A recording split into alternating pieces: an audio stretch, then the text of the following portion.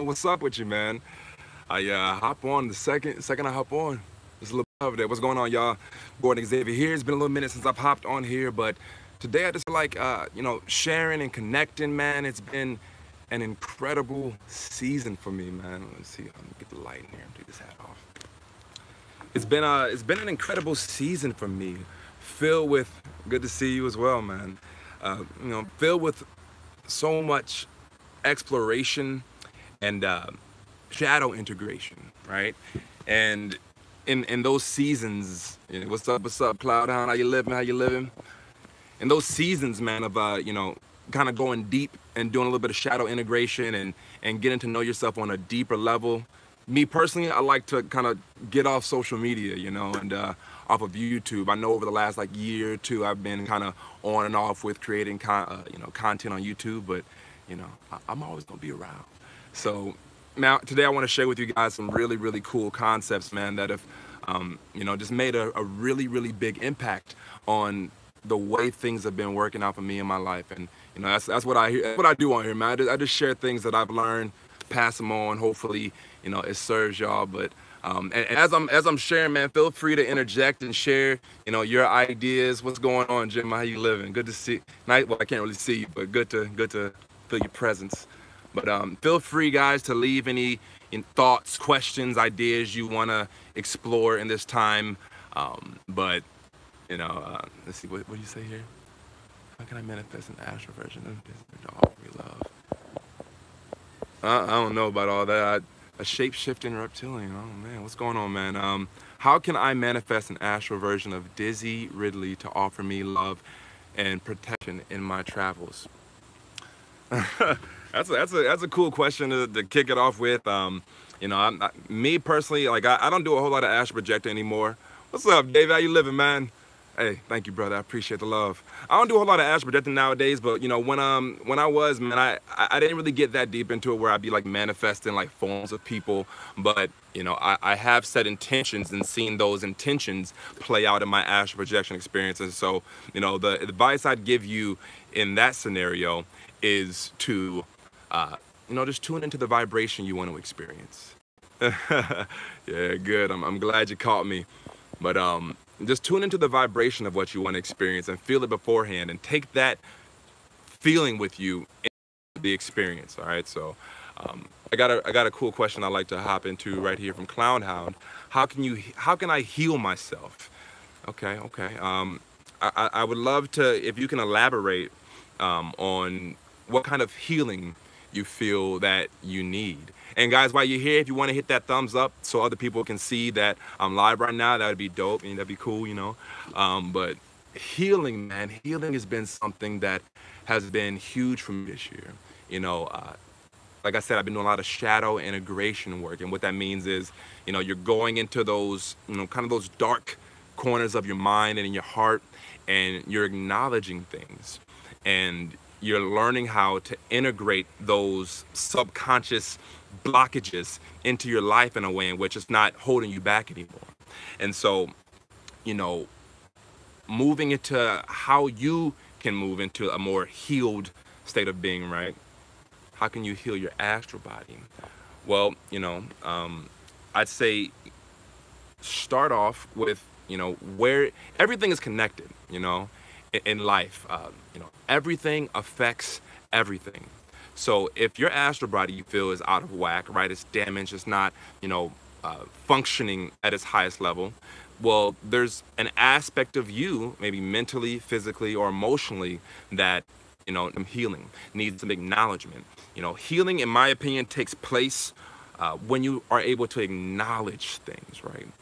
And acknowledge them in a way in which your breathing is stable and centered. If you think about something in your life, right, and it's not healed, you begin to think about it, your breathing starts getting out of whack, your heart starts beating in this weird fashion, and your thoughts start getting all scrambled.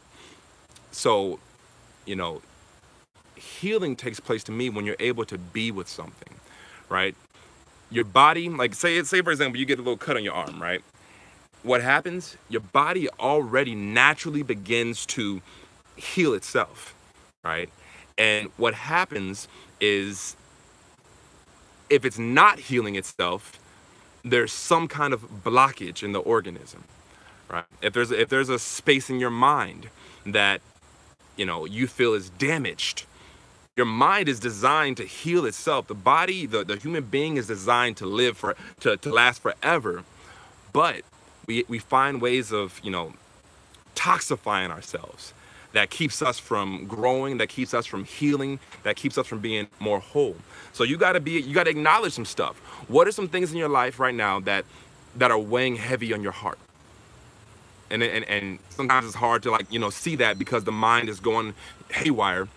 What are some things, maybe you got to sit in silence for a little minute.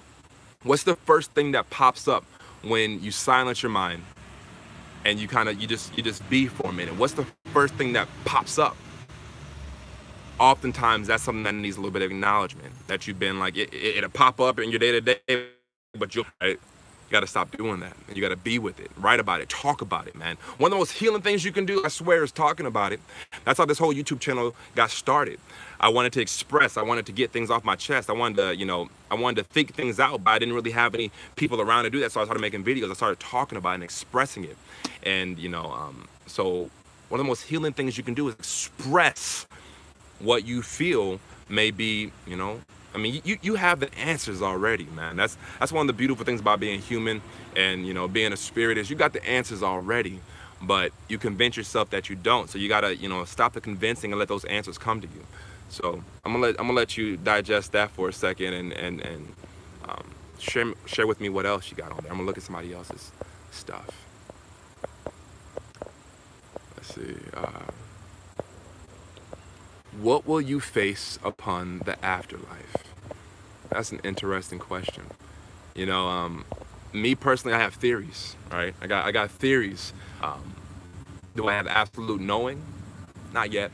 I'm still growing, I'm still exploring, but I've had some really, really interesting experiences, man. And my experience, my relationship with death has been greatly impacted by, personally, I've had psychedelic experiences, right? And a couple weeks ago, I posted a video on a shroom trip gone wrong, right? And I highly recommend you check that video out, man, because there's a lot of stuff in that video that has been very, it's just deep, and to me, it's truth on a real potent level. But recently, man, listen. Yeah, David, hey y'all check out David Michael Reed, man. He's a buddy of mine that lives out here in Kansas City. Man, the ideas that we bounce off of each other is incredible, man. I can't wait to, I'm getting the camera tonight too, man. So heads up, we're gonna make some content. But it's interesting. I think personally, you know how you'll be in a dream, right? And you'll be living in that dream, and then something happens, and you wake up out of that dream, and now you're in this reality right here. You're in this reality, this more, concrete reality of Earth, right? Your human form.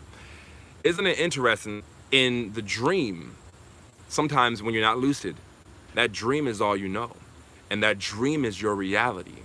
And in the moment, it looks like that's all there is when you're in that dream. But next thing you know, you wake up and you shift into this different reality. And I've had so many examples of how this thing right here, y'all, is a dream. And personally, I believe that when, you transition into the afterlife, right, it's just a continuation of this, but you're waking up to a new, greater form, to where the conscious, you're a little more conscious of the dream. And, I've read, there's this really, really great book that if you're interested in the afterlife, I would check out this book by Neil Donald Walsh called Home with God. And in that book, they get all into death and the afterlife, and it's incredible. But like I was saying earlier, I had some psychedelic experiences, right? And in these psychedelic experiences, it got real intense, man. It got really intense, especially when the thought of death popped up.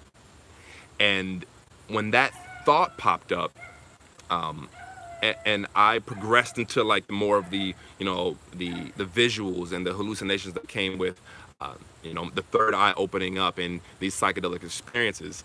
You're shown things, and you're shown, these invisible layers of reality that, we just don't see on the day to day, right? And, I was shown, and this is my interpretation, that what you experience after your life, after, this incarnation, is something that is of your creation. The thoughts and the energies that gain momentum in this experience right here will carry on and manifest itself in some form that's unique to you. And in conversation with God and home with God, they talk about how, right now there's thoughts. We have thoughts, right? And those thoughts, they take a little longer to manifest, right? You have a certain thought and it takes longer to manifest. Like, say I want to make $1,000, right? And I'll think that and I'll think that and I'll think that. It won't pop up like that, but over time that thought will turn into reality. Same thing with like dreams at night. If you had any experience with lucid dreaming, you'll see how your thoughts and emotions, they manifest quicker than this physical reality.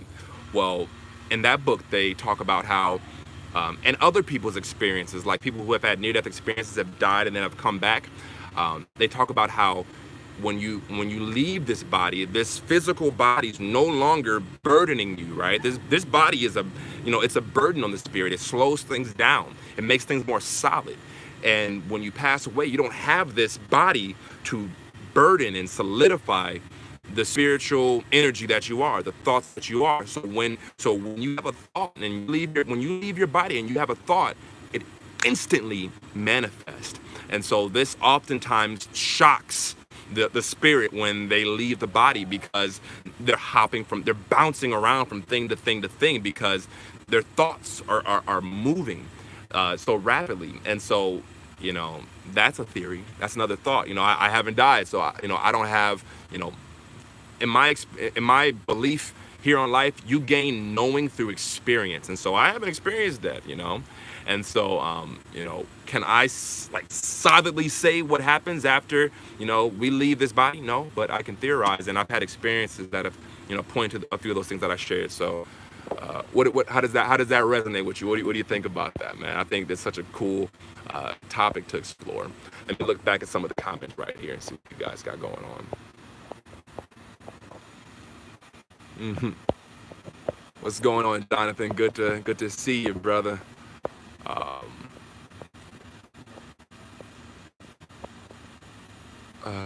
Somebody said, does the ringing in your ears turn into vibration in your sleep?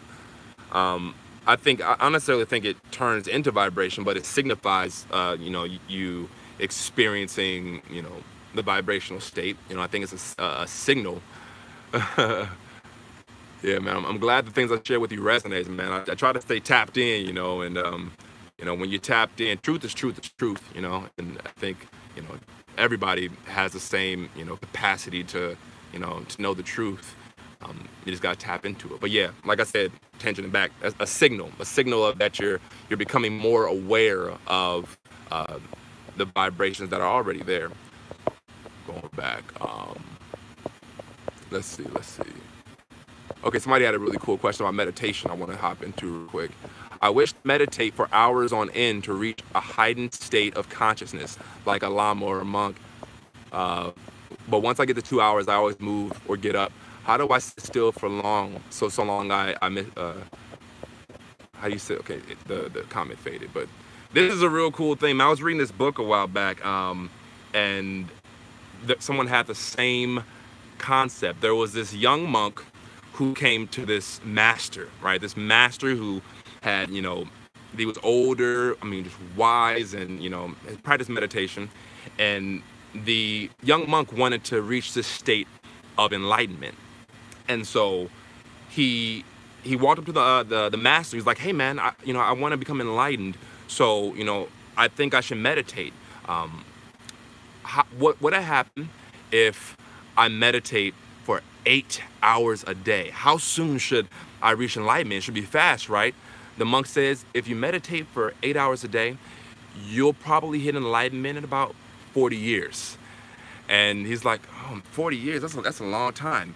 And then the master said, if you meditate or no, the young monk said that, well, what happens if I meditate for like 4 hours a day? He said if you meditate for 4 hours a day, you should reach enlightenment for about 20 years. And so the less he meditated, the less it took, right? So, I think that what I'm trying to get at is, you spend all that time in meditation, man, you're missing the point. You didn't come here to spend your whole life in meditation. You came here to gain experiences and to, experience yourself in all, as a reflection of all the different things that are contrasting, I think personally enlightenment is reached not by, meditating and meditating and meditating, but it's reached when, you do what you're supposed to do in meditation, which isn't really anything. You're not supposed to do anything. Enlightenment is a pure state of being, which is kind of like the topic I wanted to, I wanted to talk about today. Enlightenment is this pure state of being, right? And a lot of us, we're not experiencing our enlightened self because, we allow so many things to kind of toxify us. I've had moments, and I kind of like, do the metaphor of Dragon Ball Z. I don't know if you guys are familiar with it, but like, Goku will go Super Saiyan. I've had moments in life where, I've reached this enlightened state, right? And I'm channeling, and I'm channeling this divine energy where it's just like, it's just a pure peace that's guiding me and teaching me, and it helps me teach others, right? And but shortly after, sometimes I'll let things in. You'll let things in. You'll redirect your attention in a way that you begin to maybe put things in your body, thoughts in your mind, or food in your body, whatever, and that'll toxify you. And next thing you know, you've cut off the connection, and you're not channeling this enlightened being that you are. So enlightenment is a state of being, man. And you can reach enlightenment, with an hour of meditation a day. Not. But it all depends on what you're doing in your meditation. Are you really present? Are you what's your breathing like? Are you tapping in? And so it's not about 4, 5, 6 hours a day. It's just about your state of being, your constant state of being. And enlightenment. And anything can be a meditation. Washing the dishes can be a meditation. Me making this video is a meditation for me because, this is an opportunity for me to come back to the moment, to the present, to be present with you all versus allowing my mind to be scattered amongst all these things that I know I gotta do, right? So, to me, that's what that enlightenment is being totally, totally, totally present, totally present. And when you're totally present, all there is the now. And so if you're tapped into the now, you're tapped into all there is. You know what I'm saying? Okay, so moving on. Does that resonate with you? Let's see. Cloudhound. How can I stop my reincarnation? You mean like, coming back to Earth all these times? Like I said, I don't have answers. Anything I share with you guys ain't the truth. But if it resonates with you, it's the truth for you. So, I have my theories, right? I'm just trying to figure it out myself. But if you feel like, you don't want to keep coming back to this Earth thing, handle your business while you're here. Cloudhound, handle your business, ascend, transcend, grow. Why are you here, Cloudhound? Why are you here? You come to Earth for a reason, and we'll keep coming to Earth until we fulfill that prophecy, until we fulfill that, that reason. I think we come to Earth for the soul's expansion, for growth. My shirts, if you don't have a shirt, get a shirt, but, to evolve, and if you're not doing that, then you got to keep coming back to Earth to learn the lessons that you're failing to learn. You're not learning. So, while you're here, make the most of your life, man. Make the most of your life. Learn as much as you can, help as much as you can, serve as much as you can, and be all that you can. And in doing so, I feel like you'll complete your soul's purpose, right? And then you'll transition, you'll move on to the next thing. Gab G says, have I listened to Abraham Hicks on YouTube? Yeah, man, I've listened to Abraham Hicks. Abraham Hicks is dope. I actually have a friend here in Kansas City who channels, and man, and I want to get a survey of you guys. I have this video of my buddy Zach Weaver channeling this being named Matthias. He lives out here in Kansas City, man, and he channels. And so you know how like Esther channels Abraham. Well, Zach channels Matthias, and I've been to a bunch of these sessions where he'll have 10 to 20 to 30 people there, and he'll get tapped in and he'll channel, and people will ask him questions, and the answers that comes out of this dude's mouth is incredible. And I have a bunch of video footage of him sharing things. A while back I asked him just to share his perspective on lucid dreaming, how to have lucid dreams, and I have that video content on my computer. I got to edit it. It's just a long clip that I haven't got around to editing, but channeling's a cool thing, man. It's such a cool thing, and I have some content, so I mean, guys, you know what you think, guys, and I'll probably upload that soon.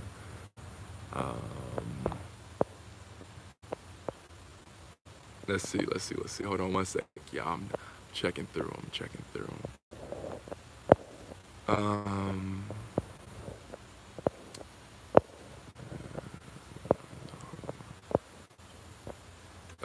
Okay, you said, I have tried to astral project every night to speak to my higher self and gain true direction in my life to find my true purpose. I feel abandonment from my guides. Your guides have never abandoned you, and they never will, man. First off, I want to say that astral projection, in my experience, it's easy as done, not at night, man. At nighttime, guys, if you're trying to astral project, hey, glad you vibe with Clownhound. If you guys are trying to astral project, my advice to you is not to do it at night. And the reason being is you're just gonna fall asleep, man. Think about how many years, how many days you've been here on Earth. You have trained yourself to fall asleep at night. When you go to sleep, like when you lay in your bed, when you lay down at night, chances are, like me personally, I don't astral project at night. That's not when it happens. For me personally, it's easiest around 10 a.m. Right around 10 a.m., 11 a.m. I've been up, for about an hour or two. I might still have a little bit of grogginess in me from, just waking up, and I'll go get some water. I'll go move around, do something, maybe read a little bit, and then I'll go lay back down, and then I'll attempt the processes that I've shared with you in other videos. So, if you're trying to astral project at night, man, you're gonna have a more challenging time in my experience. So, but what you said something in there that I wanted to touch on. You said, you feel like you've been abandoned by your guides, man.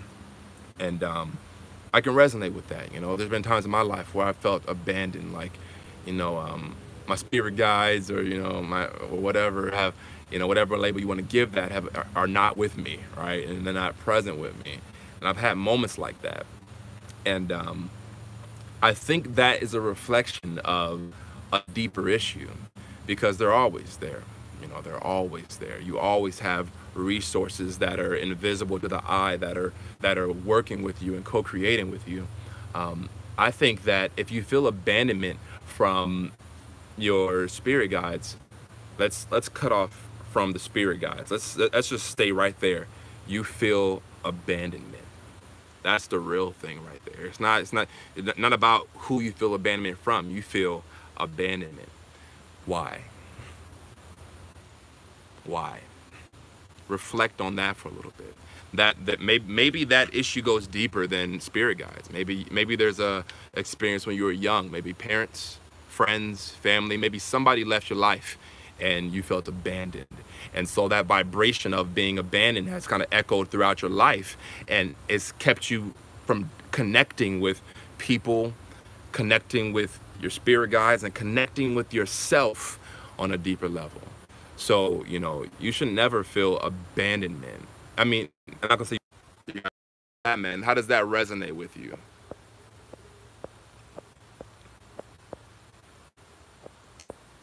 Let's see. Vayu Yama. I like how, okay, no, I'm sorry, wrong one. I like how you put that's the only truth that you believe it. Yeah. Like that resonates with you. Alec S says, I'm working with the heart chakras right now. What benefits have you experienced from activating this energy center? Man.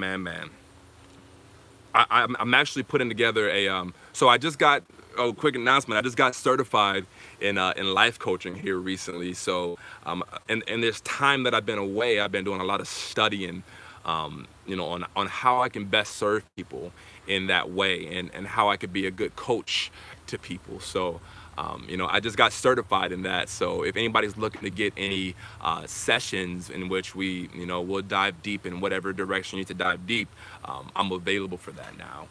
My website is currently under construction. If you go to GordonXavier.com, you'll see that it says under construction. So, but soon I will have it up and running, and I'll have all of these courses that I'm putting together available for those who want to work with me. You know, I have them available for you. So, but going back to your question, you know, activating the, you know, the heart chakra, right? In my experience, man, I've been blessed. I have a pretty open heart, you know. You know, I've had experiences that have closed it off, that have like numbed part of that deal, right? But I think one of the, like I said earlier, one of the best ways to begin to open up certain energy centers, especially the heart, is acknowledgement of, you know, how you feel in there. You know, the chakra system is an energetic system, meaning it's a feeling system, right? If you're gonna be working with the chakras, you got to be sensitive enough to feel. And in regards to the heart chakra, it's about love.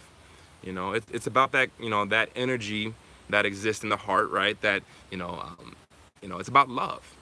And so if there's areas in your life in which, if there's people, if there's relationships that you have where you want to give love, but you're holding back and you're not giving that love, your heart chakra is not going to be operating at optimal capacity, right? So, you know, there's areas of your heart that you got to begin to work with. Opening up a heart chakra is heart work.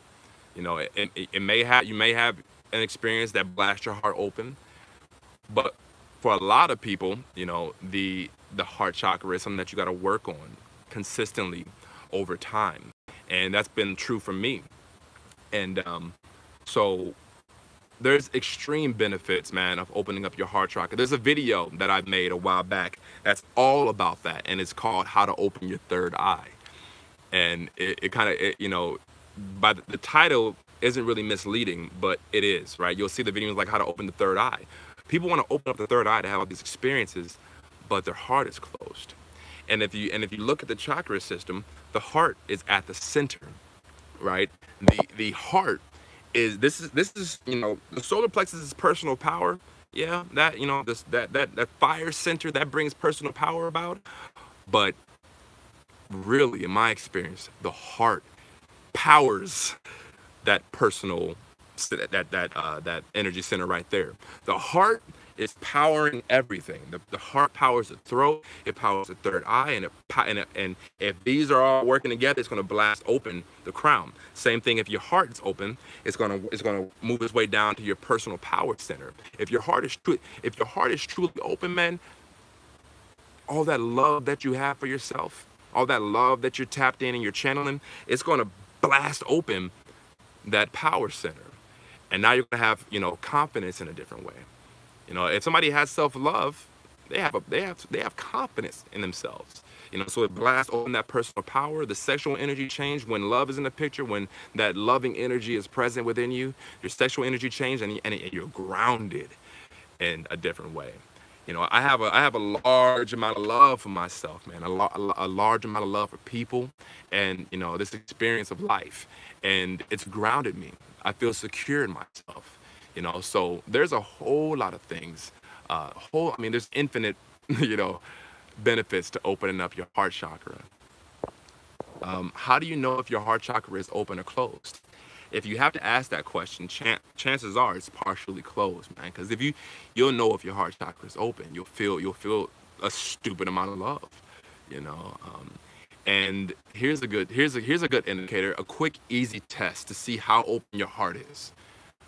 Can you walk up to a random person and give them an open-hearted hug, and really be in that hug, and breathe in that hug, and feel comfortable, relaxed, and secure? If not, your heart is closed in many ways. Think about that for a minute. If you can give anybody an open-hearted hug, breathe, and it's longer than 5 seconds, it's 10, 20 seconds. If you can do that, you have a pretty open heart.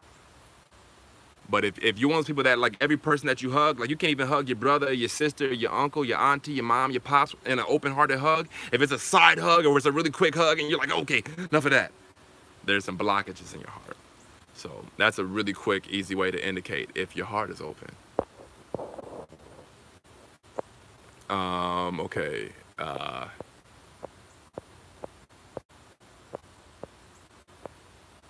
Okay, the Wolverine. You had a question from earlier, right?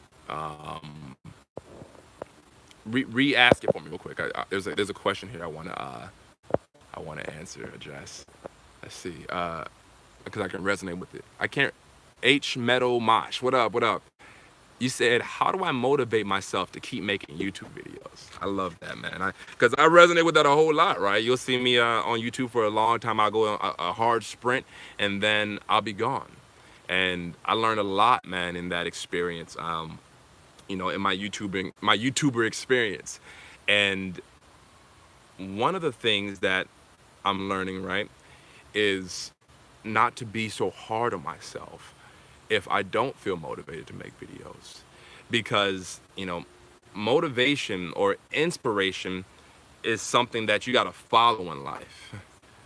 Hey, much love to you too, Con29. But, you know, the word inspired, man, like, you know, it's an intuitive thing. So when you're inspired to do something, you know, I try to follow that feeling. So if I'm inspired to make videos, like I was inspired to hop on live today, I do it. If I'm not inspired to do it, I'll be present and I'll see what am I inspired to do.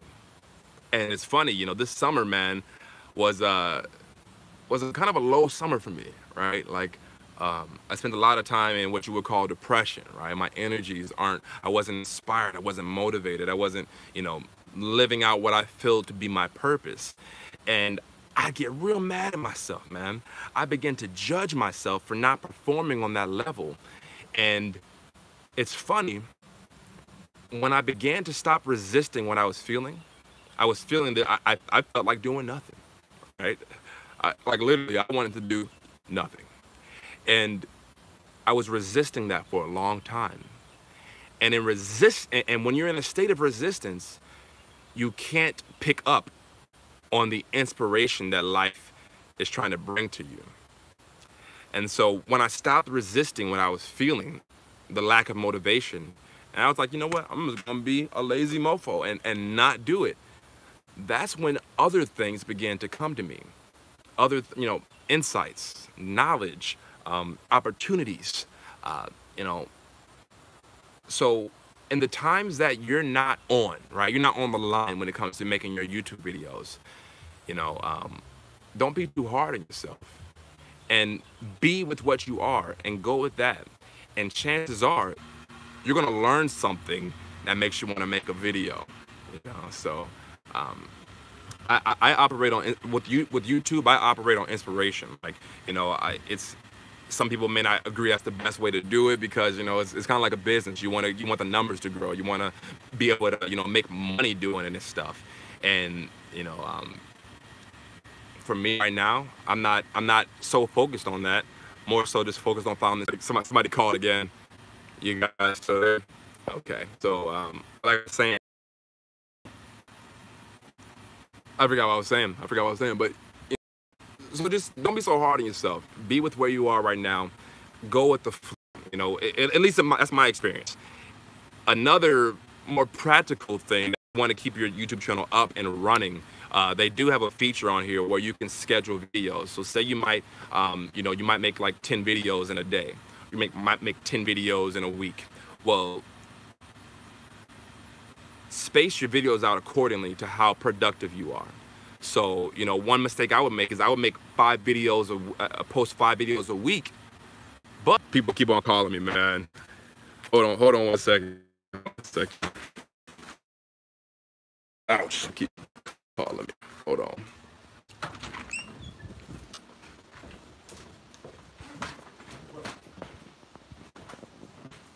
One sec, y'all.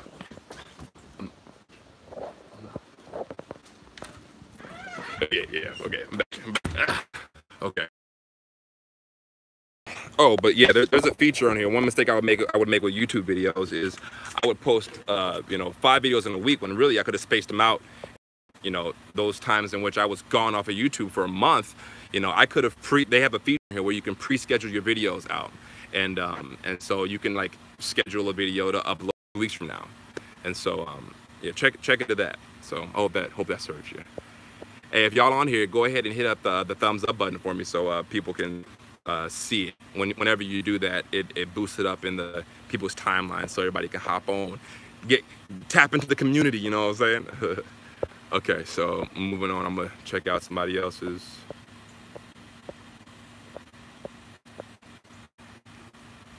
Okay, hold on, y'all. I'm gonna check. Hey, good to see you too, Xavier Gordon, man. Yeah, man, I'm gonna get back into the funny videos, like the skits and stuff. I got some really good ideas. I just haven't had a camera. My camera broke, guys, so I've been working like every day trying to save up money so I can get another camera. And so I don't really have that access right now. I have a friend who we share cameras from time to time, but that's not really like consistent enough for me to be able to make a whole lot of content. So, but yeah. Okay, I'm sliding through here, just reading all the questions right now.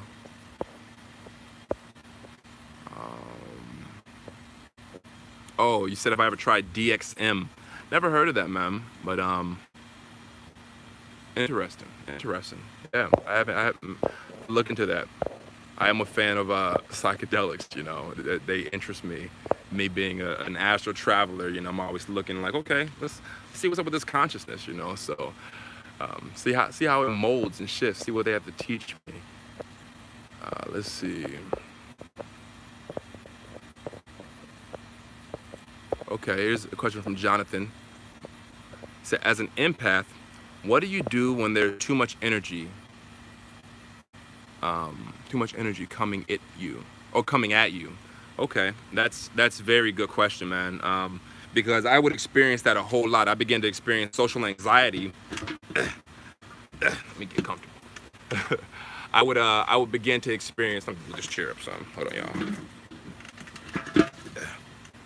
So yeah, as an empath, man. So being an empath, that means you're sensitive, right? And you feel people's vibes on a really high level. You just feel vibes from other people, and you can kind of interpret them almost to the point where you can almost hear people's thoughts and stuff, or at least it seems like it. And so when back in the day when I would go out like to clubs and stuff with my cousin, we'd go out to like the bar and we'd be around dozens and dozens and dozens of people. I find myself being in this place where I was super anxious. I was feeling all these vibes coming off of people, and it would make me uncomfortable. And there's a few things that I've learned how to do that where I don't experience that anymore. If I'm out in public, man, I'm comfortable. I can feel everybody's vibes. I can kind of feel what's going on, in your life, but it doesn't throw me off anymore. And and the reason being is I'm learning how to master my attention. So when you feel stuff, but you're allowing your attention to be scattered. You're giving all of this, these energies around you. You're giving it all this attention, and when you give it all that attention, now you're interpreting it and you're thinking about it, and your energy is being scattered, and it's making you anxious. And so, one of the ways I've learned how to get a better grip on my attention is by grounding myself. It's something that is, it should be taught in schools, man. It should. And what does it mean to be grounded? It means, while your head's in the clouds, your feet are on the ground. You're present inside your body. You're in your body. You're inhabiting your body versus allowing your consciousness to drift all up in the clouds. And when your consciousness is drifting on the clouds, it's easy to feel like you're getting bumped all around. And so, there's this YouTuber I always talk about. His name is Elliot Holtz. Check out his videos on grounding. I would get into a big rant about that right now, but I'd be talking for a little minute on it. But grounding is such a great way to just calm yourself, bring yourself back to center, and you'll, as an empath, you'll feel all these energies, but it won't knock you over. Your feet are planted firmly on the ground. And I think that's what a lot of people, especially in today's day and age, because we have social media, we're so heady. We're all up in our heads nowadays on Earth, you know, and we all need to we need to be standing firm on our feet, you know. And so, um, how does that resonate with you, Jonathan? Let me know what you think, man. Okay, okay. Let's see. What's up, Super Slim Shady? What up with you? It's from South London. Hey, London in the building. What's going on? um,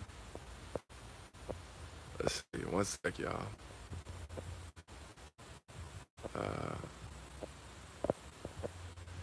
Clownhouse said, "Do animals have emotions?"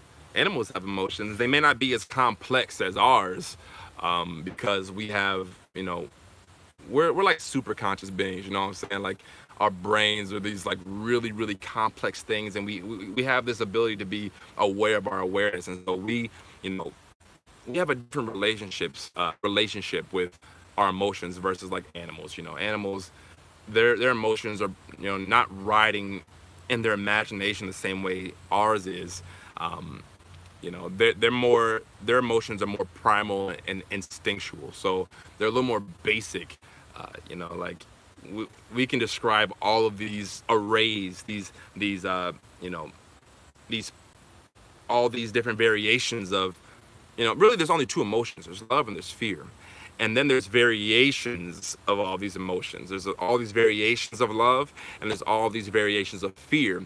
And we've interpreted that way because we're so freaking smart. And so now we've given those two emotions all these different names. But you know, for animals, you know, you can call it pleasure pain, right? It gets even more basic than love and fear. For animals, it's pleasure pain, and they'll go towards that, and they'll go away from that. You know, so that's a cool question. Let's see.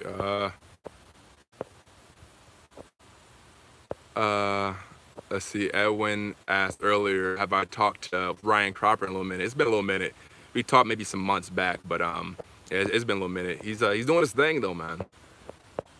Let's see.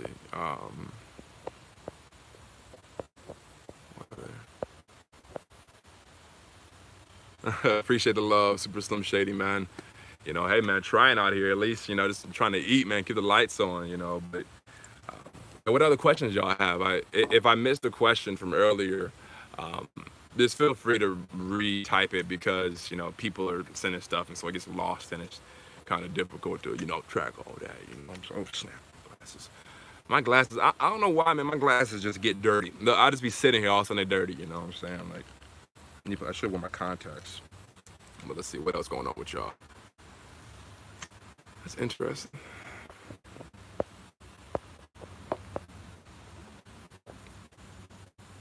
What's your thoughts on angels and spirit guides? I have a lot of thoughts on them, man. You know, like I said, I theorize, right? So, you know, I just interpret my experiences, and you know, do I believe there's, you know, beings that we can't see that interact with us? Yeah, for sure. And do I believe they'll guide us in times that we need them? Yeah, for sure. I've seen it. You know, I've experienced it in my life, man.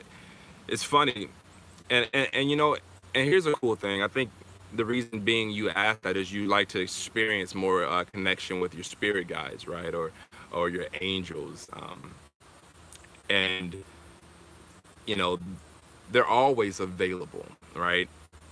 I think it goes back to upping those sensitivity levels by, you know, clearing out what you got to clear out, so that, you know, it's interesting. Like when you're living in more of a pure state of being, and your sensitivity levels goes up, and you know when something is working with you. You know when something's on your side, other than, like, you know, your hands doing something, right?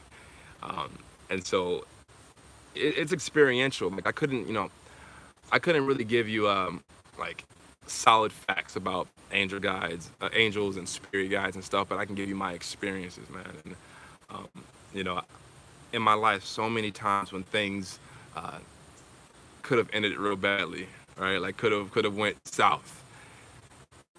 It's been like divine intervention has taken place to help me and to guide me. And so based on that fact alone, man, you know, yeah, I definitely believe in them.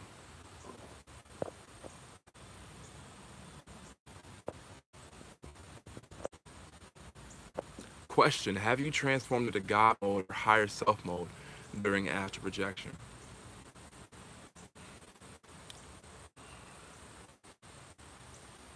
I don't really have any experiences like that. Um,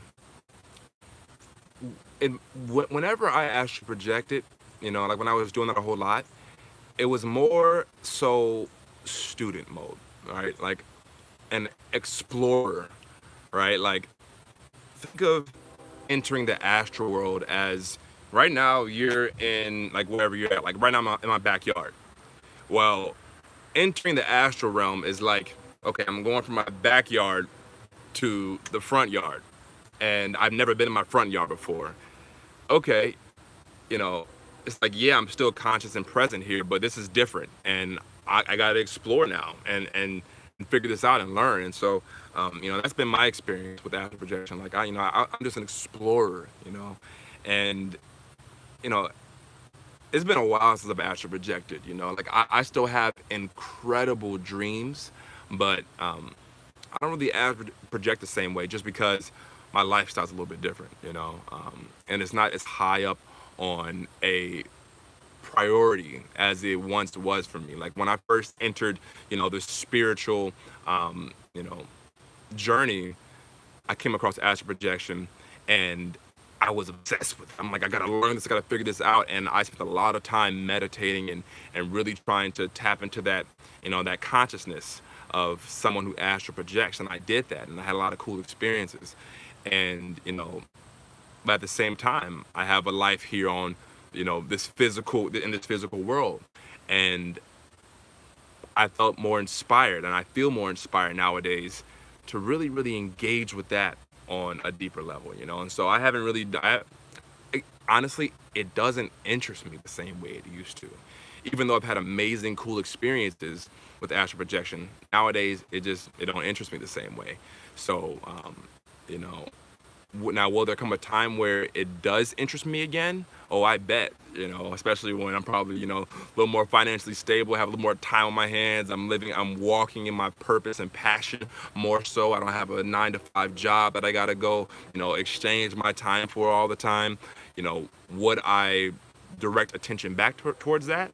Oh, I'm sure, you know what I'm saying? But right now, it doesn't interest me the same way it used to. So, but, but I don't think when I was astral projecting, I reached that level of proficiency to have a lot of the experiences that the people ask me about, right? People ask me about like how do you know, astral project with this person, or how do you you know, manifest a person in the astral projection world, or how do you like, you know, have you gone full God mode or stuff like that, you know? And I haven't had enough experiences to be able to know how to navigate that world in that way, you know what I'm saying? So, so do you think Lil Pump astral projects? Probably so. If when he'd be out on like drifting on some drugs, probably has my body experiences. Boy, interesting. But let's see. You can just say my command. Let's see. Okay, what else is on here? You're welcome, H Metal Wash. Much love to you. Super Slime Shady said, I don't trust this chakra bullshit. You know, I was like that. You know, I was real skeptical, man. And, you know, even to this day, I don't look at chakras as this, you know, solid system. But, you know, I like it simply because it's like a roadmap for energy. You know, read a book on it, dude. If you haven't, I mean, if you don't trust it, it's because you don't have any knowledge on it. You know, like, just being straightforward, like, you know, I've read thick ass books on the chakras, and you know, after you get a little bit of knowledge of it, you're like, oh, okay, this makes sense. You know, one of my, like, you ever seen Doctor Strange, and you know, his master, Stephen Strange's master, like, you know, the leader, she said everybody, you know, one thing, you know, she went through this book and she showed the skeleton. She showed the muscular system. She showed the lymphatic system. she showed the nervous system, and then she showed the chakra system.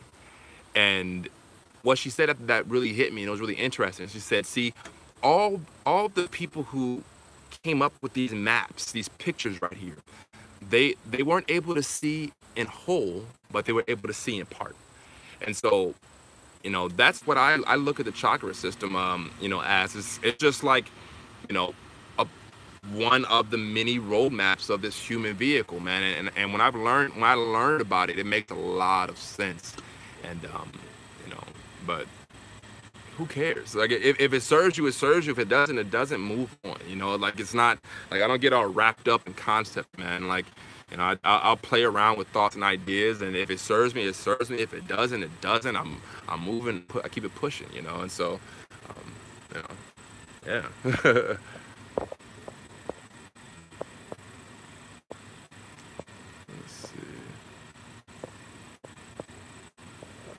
Let's see. What else we got in here?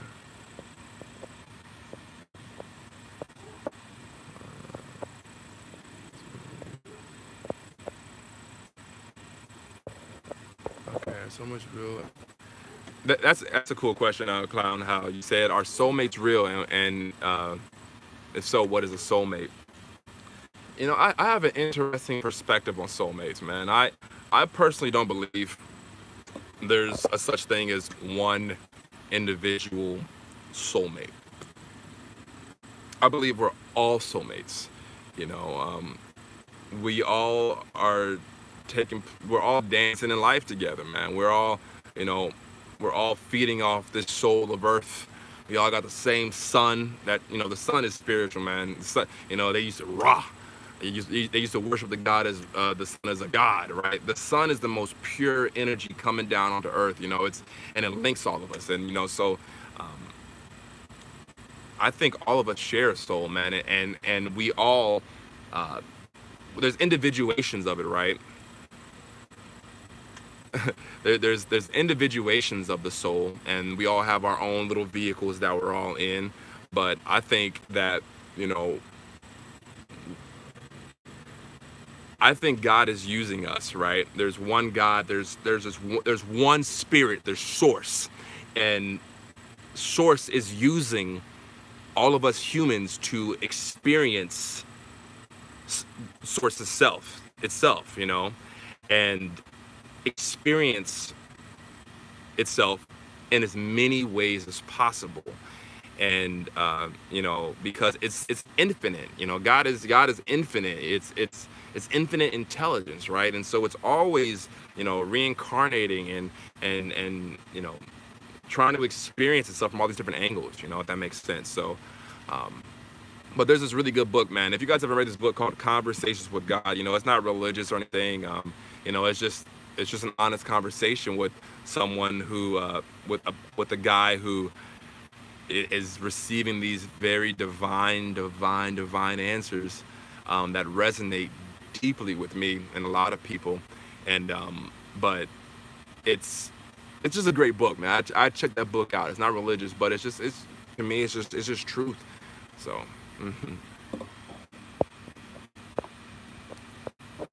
man, I have interesting views on religion, man. Like, I think there's usefulness there, but I think nowadays, man, with how religion has gotten, it misses the point. I think a lot of people have missed the point with religion, and it's turned into this thing that doesn't really connect us the way it should. It divides us, it labels us, and it creates a relationship with source in a way that I don't think it serves on the highest level. But but some people find salvation through that way, or some people find that connection through that, and that's beautiful. They've had good influences. They've they've studied it properly. They've received from it properly. You know what I'm saying? So but yeah, it's interesting. It says Super Slim Shady said religion is evil. I'm a biblical scholar. Oh wow. So you've oh snap. Is it lagging, y'all? Okay, there we go. So you've really studied it deeply. So that's cool, man. Yeah, I'm not gonna call it evil, but it's it can be dysfunctional, you know, because I know some great people, some amazing people who are religious, and you know, they've added a lot of value to my life and a lot of people's life and have helped them connect. But I think religion in a way can sometimes, it can keep people from achieving God realization and God integration. You know, I think you know, people have, I want to be very choosy with my words, but you know, people have put, you know, Jesus and other people on the pedestal, and in this way where instead of learning from them, they put them on this pedestal and say, look, you can't be nothing like that, and you just got to blindly follow that, instead of learning from them and receiving and integrating that energy, that Christ consciousness into their life, and being better people and growing from it. So, you know, if you can you answer my question above? Yeah, man, for sure. I get what you're saying, bro. Super some shady. My bad for blocking y'all real quick. So I don't have more time.